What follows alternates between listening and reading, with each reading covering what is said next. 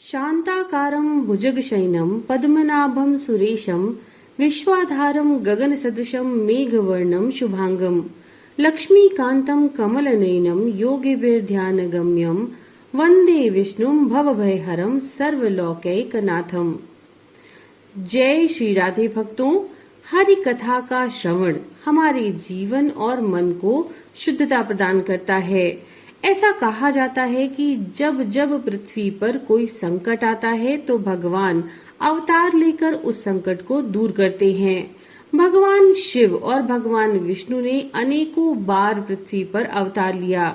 भगवान शिव के 19 अवतारों की कथा हमने आपको शिव पुराण में सुनाई है। आज हम आपको बताएंगे भगवान विष्णु के 24 अवतारों के बारे में। इनमें से 23 अवतार अब तक पृथ्वी पर हो चुके हैं और 24वां अवतार कल की अवतार के रूप में होना अभी बाकी है। तो चलिए शुरू करते हैं भगवान विष्णु के 24 अवतारों की कथा। पहला अवतार श्री सनकादि मुनि। धर्म ग्रंथों के अनुसार सृष्टि के आरंभ में लोक पितामह ब्रह्मा जी ने अनेक लोकों की रचना करने की इच्छा से घोर तपस्या की। उनके तप से प्रसन्न होकर भगवान विष्णु ने तप अर्थ वाले सन नाम से युक्त होकर सनक, सनंदन, सनातन और सनत कुमार नाम के 4 मुनियों के रूप में अवतार लिया। ये चारों प्रकाट्यकाल से ही मोक्ष मार्ग परायण, ध्यान में तल्लीन रहने वाले, नित्य सिद्ध एवं नित्य विरक्त थे। ये भगवान विष्णु के सर्वप्रथम अवतार माने जाते हैं। दूसरा अवतार वराह अवतार। धर्म ग्रंथों के अनुसार भगवान विष्णु ने दूसरा अवतार वराह रूप में लिया था। वराह अवतार से जुड़ी कथा इस प्रकार है। पुरातन समय में दैत्य हिरण्याक्ष ने जब पृथ्वी को ले जाकर समुद्र में छिपा दिया, तब ब्रह्मा जी की नाक से भगवान विष्णु वराह रूप में प्रकट हुए।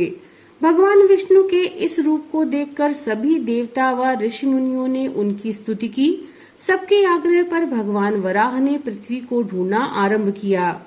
अपनी थूथनी की सहायता से उन्होंने पृथ्वी का पता लगा लिया और समुद्र के अंदर जाकर अपने दांतों पर रखकर वे पृथ्वी को बाहर ले आए।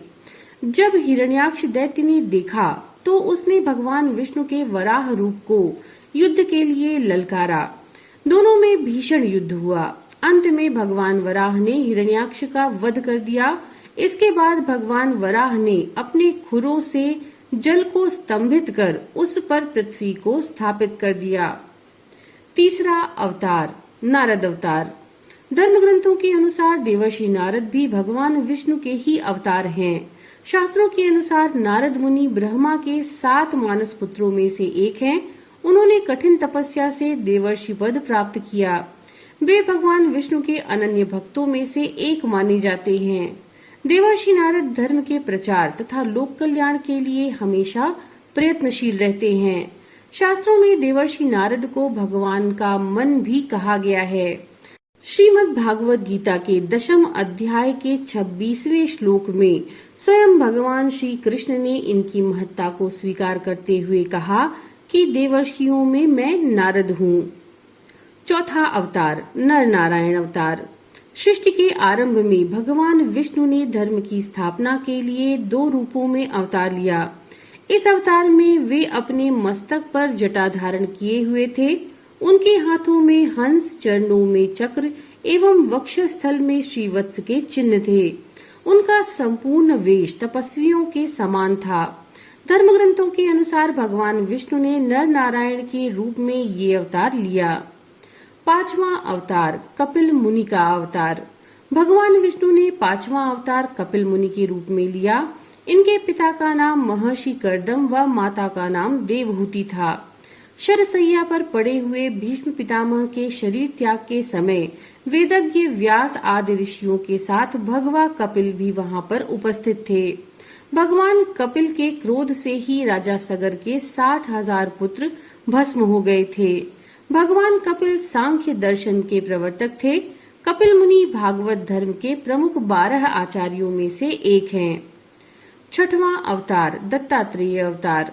धर्म ग्रंथों के अनुसार दत्तात्रेय भी भगवान विष्णु के अवतार हैं। इनकी उत्पत्ति की कथा इस प्रकार है। एक बार माता लक्ष्मी, पार्वती व सरस्वती को अपने पातिव्रत्य पर अत्यधिक गर्व हो गया। भगवान ने इनके अहंकार को नष्ट करने के लिए लीला रची।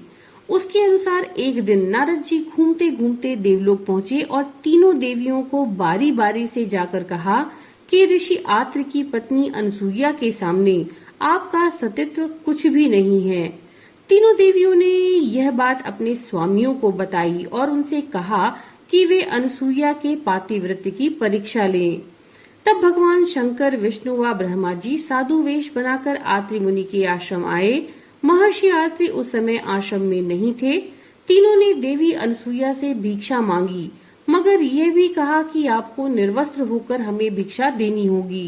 अनसुईया पहले तो ये सुनकर चौंक गईं, लेकिन फिर साधुओं का अपमान न हो इस डर से उन्होंने अपने पति का स्मरण किया और बोला कि यदि मेरा पातिव्रत्य धर्म सत्य है तो ये तीनों साधु 6 माह के शिशु हो जाएं।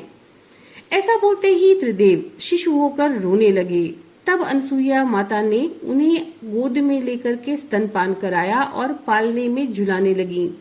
जब तीनों देव अपने स्थान पर नहीं लौटे तो देवियां व्याकुल हो गईं। तब नारद जी ने वहां आकर सारी बात बताई। तीनों देवियां अनसुईया के पास आईं और उन्होंने क्षमा मांगा। तब देवी अनसुईया ने त्रिदेव को अपने पूर्व रूप में कर दिया। प्रसन्न होकर त्रिदेव ने उन्हें वरदान दिया कि हम तीनों अपने अंश से तुम्हारे गर्भ से पुत्र रूप में जन्म लेंगे। तब ब्रह्मा के अंश से चंद्रमा, शंकर के अंश से दुर्वासा और विष्णु जी के अंश से दत्तात्रेय का जन्म हुआ। 7वां अवतार यज्ञ अवतार। भगवान विष्णु के 7वें अवतार का नाम यज्ञ है। धर्म ग्रंथों के अनुसार भगवान यज्ञ का जन्म स्वयंभुव मनवंतर में हुआ था।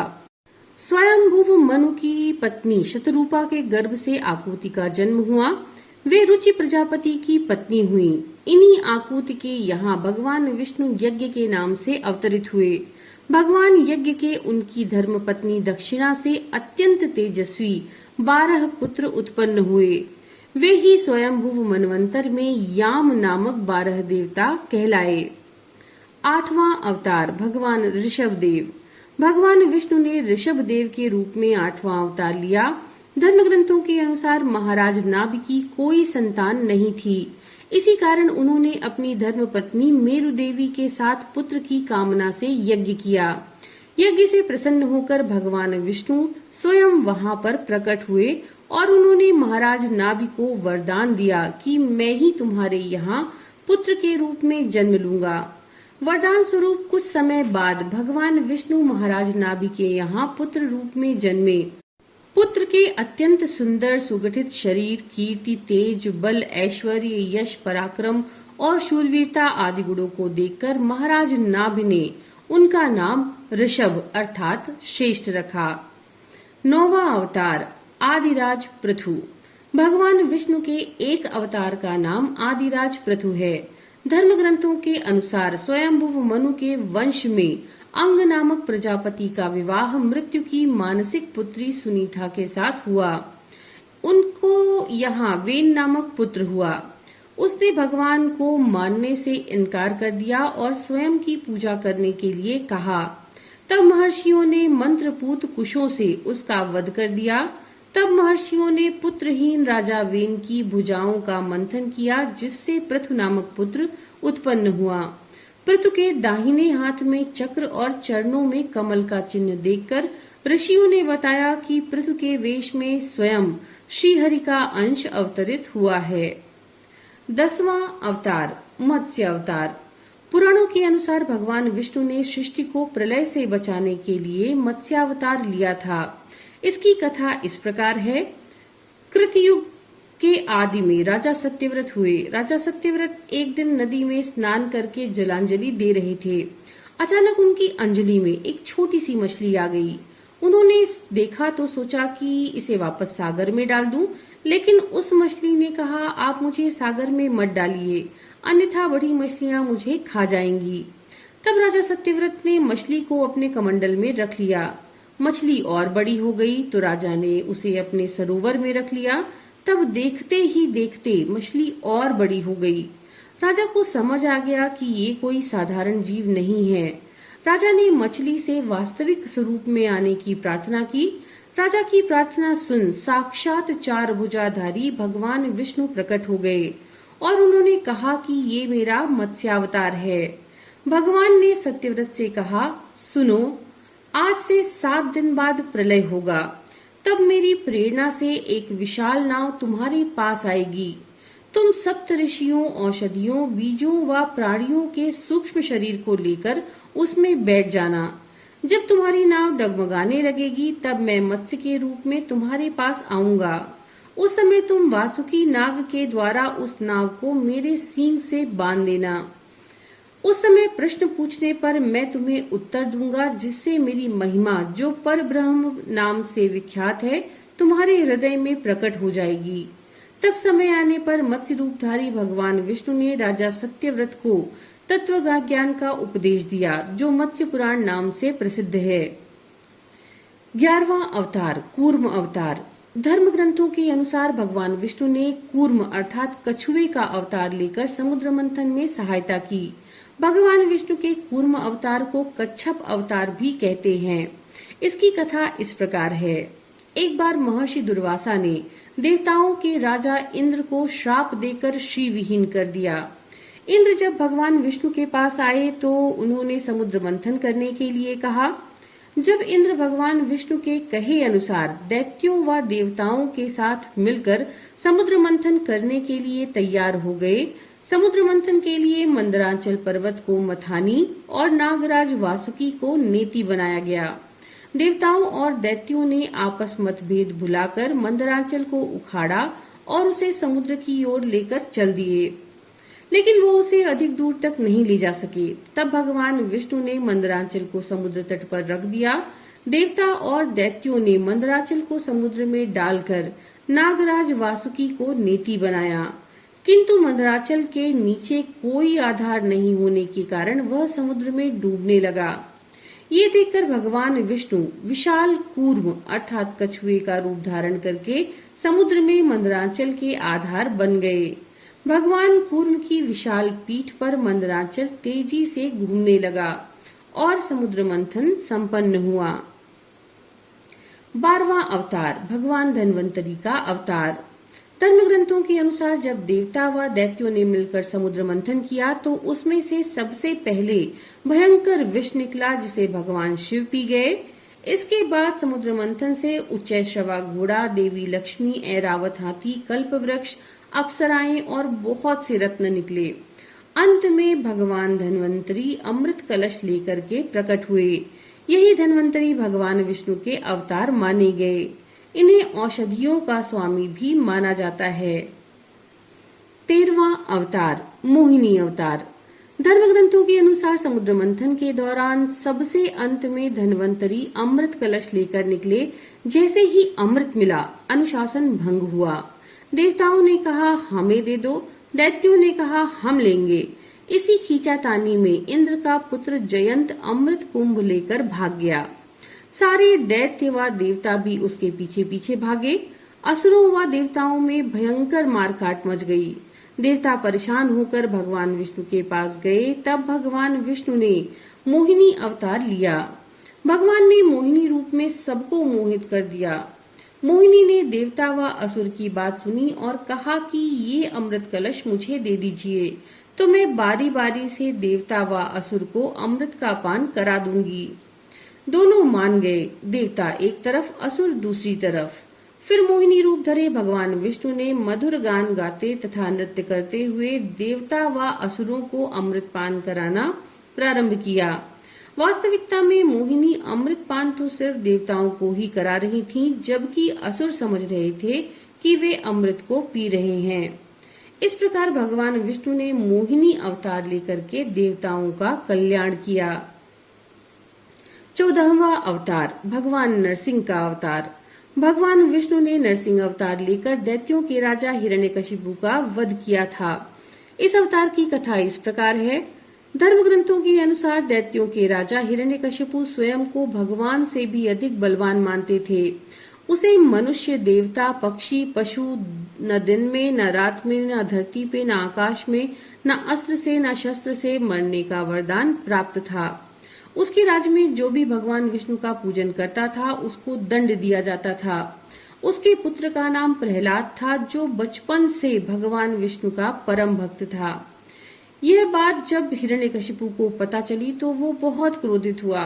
उसने प्रहलाद को समझाने का बहुत प्रयास किया, लेकिन जब प्रहलाद नहीं माना तो हिरण्यकशिपु ने उसे मृत्यु दंड दे दिया। हर बार भगवान विष्णु के चमत्कार से वह बचता गया। हिरण्यकशिपु की बहन होलिका, जिसे अग्नि से न जलने का वरदान प्राप्त था, वह प्रहलाद को लेकर धधकती हुई अग्नि में बैठ गई। तब भी भगवान विष्णु की कृपा से प्रहलाद बच गया और होलिका जल गई। जब हिरण्यकशिपु स्वयं प्रहलाद को मारने ही वाला था, तब भगवान नरसिंह अवतार लेकर के खंभे से प्रकट हुए। उन्होंने अपने नाखूनों से हिरण्यकशिपु का वध कर दिया। 15वां अवतार वामन अवतार। सतयुग में प्रहलाद के पौत्र दैत्यराज बलि ने स्वर्गलोक पर अधिकार कर लिया। सभी देवता इस विपत्ति से बचने के लिए भगवान विष्णु के पास गए। तब भगवान विष्णु ने कहा, मैं स्वयं देव माता अदिति के गर्भ से उत्पन्न होकर तुम्हें स्वर्ग का राज्य दिलाऊंगा। कुछ समय के पश्चात भगवान विष्णु ने वामन अवतार लिया। एक बार जब बलि महान यज्ञ कर रहा था, तब भगवान वामन बलि की यज्ञशाला में गए और राजा बलि से 3 पग धरती दान में मांगी। राजा बलि के गुरु शुक्राचार्य भगवान की लीला समझ गए और उन्होंने बलि को दान देने से मना कर दिया। लेकिन बलि ने फिर भी भगवान वामन को 3 पग धरती दान देने का संकल्प ले लिया। भगवान वामन ने विशाल रूप धारण करके एक पग में धरती और दूसरे पग में स्वर्गलोक नाप लिया। जब तीसरा पग रखने के लिए कोई स्थान नहीं बचा तो बलि ने भगवान वामन को अपने सर पर पग रखने को कहा। बलि के सर पर पग रखने से वह सुतल लोक पहुंच गया। बलि की दानवीरता देखकर भगवान ने उसे सुतल लोक का स्वामी भी बना दिया। इस तरह भगवान वामन ने देवताओं की सहायता कर उन्हें पुनः से स्वर्ग लौटाया। 16वां अवतार हैग्रीव अवतार। धर्म ग्रंथों के अनुसार एक बार मधु और कैटभ नाम के 2 शक्तिशाली राक्षस ब्रह्मा जी से वेदों का हरण कर रसातल में पहुंच गए। वेदों का हरण हो जाने से ब्रह्मा जी बहुत दुखी हुए और भगवान विष्णु के पास पहुंचे। तब भगवान ने हैग्रीव अवतार लिया। इस अवतार में भगवान विष्णु की गर्दन और मुख घोड़े के समान था। तब भगवान हैग्रीव रसातल में पहुंचे और मधु कैटभ का वध करके वेद पुनः भगवान ब्रह्मा को दे दिए। 17वां अवतार श्रीहरि अवतार। धर्म ग्रंथों के अनुसार प्राचीन समय में त्रिकूट नामक पर्वत की तराई में एक शक्तिशाली गजेंद्र अपनी हथिनियों के साथ रहता था। एक बार वह अपनी हथिनियों के साथ तालाब में स्नान करने गया। वहां एक मगरमच्छ ने उसका पैर पकड़ लिया और पानी के अंदर खींचने लगा। गजेंद्र और मगरमच्छ का संघर्ष 1000 साल तक चलता रहा। अंत में गजेंद्र शिथिल पड़ गया और उसने भगवान श्रीहरि का ध्यान किया। गजेंद्र की स्तुति सुनकर भगवान श्रीहरि प्रकट हुए और उन्होंने अपने चक्र से मगरमच्छ का वध कर दिया। भगवान श्रीहरि ने गजेंद्र का उद्धार करके उसे अपना पार्षद बना लिया। 18वां अवतार परशुराम अवतार। हिंदू धर्म ग्रंथों के अनुसार परशुराम भगवान विष्णु के प्रमुख अवतारों में से थे। भगवान परशुराम के जन्म के संबंध में 2 कथाएं प्रचलित हैं। हरिवंश पुराण के अनुसार उन्हीं में से एक कथा इस प्रकार है। प्राचीन समय में महिष्मती नगरी पर शक्तिशाली हयवंशी क्षत्रिय कार्तवीर अर्जुन अर्थात सहस्त्रबाहु का शासन था। वह बहुत अभिमानी था, अत्याचारी भी था। एक बार अग्निदेव ने उसे भोजन कराने का आग्रह किया। तब सहस्त्रबाहु ने घमंड में आकर कहा, आप जहां से चाहें भोजन प्राप्त कर सकते हैं, सभी ओर मेरा ही राज है। तब अग्निदेव ने वनों को जलाना शुरू कर दिया। एक वन में ऋषि आपव तपस्या कर रहे थे। अग्नि ने उनके आश्रम को भी जला दिया। इससे क्रोधित होकर ऋषि ने सहस्त्रबाहु को श्राप दिया कि भगवान विष्णु परशुराम के रूप में जन्म लेंगे और न सिर्फ सहस्त्रबाहु का ही बल्कि समस्त क्षत्रियों का सर्वनाश कर देंगे। इस प्रकार भगवान विष्णु ने भार्गव कुल में महर्षि जमदग्नि के 5वें पुत्र के रूप में जन्म लिया। 19वां अवतार महर्षि वेदव्यास। पुराणों में महर्षि वेदव्यास को भी भगवान विष्णु का अंश माना गया है। भगवान व्यास नारायण के कलावतार थे। वे महाज्ञानी महर्षि पराशर के पुत्र रूप में प्रकट हुए थे। उनका जन्म कैवर्त राज की पोष्य पुत्री सत्यवती के गर्भ से यमुना के द्वीप में हुआ। उनके शरीर का रंग काला था, इसलिए उनका एक नाम कृष्णद्वैपायन भी था। उन्होंने ही मनुष्यों की आयु और शक्ति को देखते हुए वेदों के विभाग किए, इसीलिए इन्हें वेदव्यास कहा गया। इन्होंने ही महाभारत के ग्रंथ की रचना की। 20वां अवतार हंस अवतार। एक बार भगवान ब्रह्मा अपनी सभा में बैठे थे, तभी वहां उनके मानस पुत्र सनकादि पहुंचे और भगवान ब्रह्मा से मनुष्यों के मोक्ष के संबंध में चर्चा करने लगे। तभी वहां भगवान विष्णु महाहंस के रूप में प्रकट हुए और उन्होंने सनकादि मुनियों के संदेह का निवारण किया। इसके बाद सभी ने भगवान हंस की पूजा की। इसके बाद महाहंस रूपधारी श्री भगवान अदृश्य होकर अपने पवित्र धाम को चले गए। 21वां अवतार श्री राम का अवतार। त्रेता युग में राक्षस राज रावण का बहुत आतंक था। उससे देवता भी डरते थे। उसके वध के लिए भगवान विष्णु ने राजा दशरथ के यहाँ माता कौशल्या के गर्भ से पुत्र रूप में जन्म लिया। इस अवतार में भगवान विष्णु ने अनेक राक्षसों का वध किया और मर्यादा का पालन करते हुए अपना जीवन यापन किया। पिता के कहने पर वनवास गए। वनवास भोगते समय राक्षस राज रावण उनकी पत्नी सीता का हरण करके ले गया। सीता जी की खोज में भगवान लंका पहुंचे और वहां भगवान श्री राम व रावण का घोर युद्ध हुआ, जिसमें रावण मारा गया। इस प्रकार भगवान विष्णु ने राम अवतार लेकर देवताओं को भय से मुक्त किया। 22वां अवतार श्री कृष्ण अवतार। द्वापर युग में भगवान विष्णु ने श्री कृष्ण अवतार लेकर अधर्मियों का नाश किया। भगवान श्री कृष्ण का जन्म कारागार में हुआ। इनके पिता का नाम वसुदेव और माता का नाम देवकी था। भगवान श्री कृष्ण ने इस अवतार में अनेक चमत्कार किए, दुष्टों का सर्वनाश किया, कंस का वध किया और महाभारत के युद्ध में अर्जुन के सारथी बने और दुनिया को गीता का ज्ञान दिया। धर्मराज युधिष्ठिर को राजा बनाकर धर्म की स्थापना की। भगवान विष्णु का ये अवतार सभी अवतारों में श्रेष्ठ माना गया है। 23वां अवतार बुद्ध अवतार। धर्म ग्रंथों के अनुसार बौद्ध धर्म के प्रवर्तक गौतम बुद्ध भी भगवान विष्णु के ही अवतार थे, परंतु पुराणों में वर्णित भगवान बुद्ध देव का जन्म गया के समीप कीकट में हुआ बताया गया है और उनके पिता का नाम अजन बताया गया है। ये प्रसंग पुराण वर्णित बुद्धावतार का ही है। एक समय दैत्यों की शक्ति बहुत बढ़ गई। देवता भी उनके भय से भागने लगे। राज्य की कामना से दैत्यों ने देवराज इंद्र से पूछा कि हमारा साम्राज्य स्थिर रहे, इसका उपाय क्या है।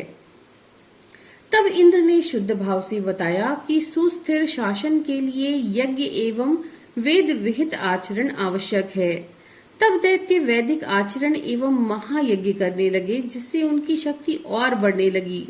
तब सभी देवता भगवान विष्णु के पास गए। भगवान विष्णु ने देवताओं के हित के लिए बुद्ध का रूप धारण किया। उनके हाथ में मार्जनी थी और वे मार्ग को बुहारते हुए चलते थे।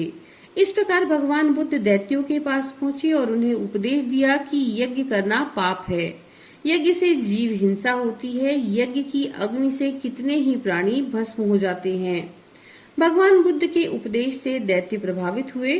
उन्होंने यज्ञ व वैदिक आचरण करना छोड़ दिया। इसके कारण उनकी शक्ति कम हो गई और देवताओं ने उन पर हमला करके अपना राज्य पुनः प्राप्त कर लिया। 24वां अवतार कल्कि अवतार। धर्म ग्रंथों के अनुसार कलयुग में भगवान विष्णु कल की रूप में अवतार लेंगे। कल्कि अवतार कलयुग व सतयुग के संधि काल में होगा। ये अवतार 64 कलाओं से युक्त होगा। पुराणों के अनुसार उत्तर प्रदेश के मुरादाबाद जिले के शंभल नामक स्थान पर विष्णु यशा नामक तपस्वी ब्राह्मण के घर भगवान कल की पुत्र रूप में जन्म लेंगे। कल की देवदत्त नामक घोड़े पर सवार होकर संसार से पापियों का विनाश करेंगे और धर्म की पुनः स्थापना करेंगे। तो भक्तों, ये थी भगवान विष्णु के 24 अवतारों की कथा। नमो नारायण।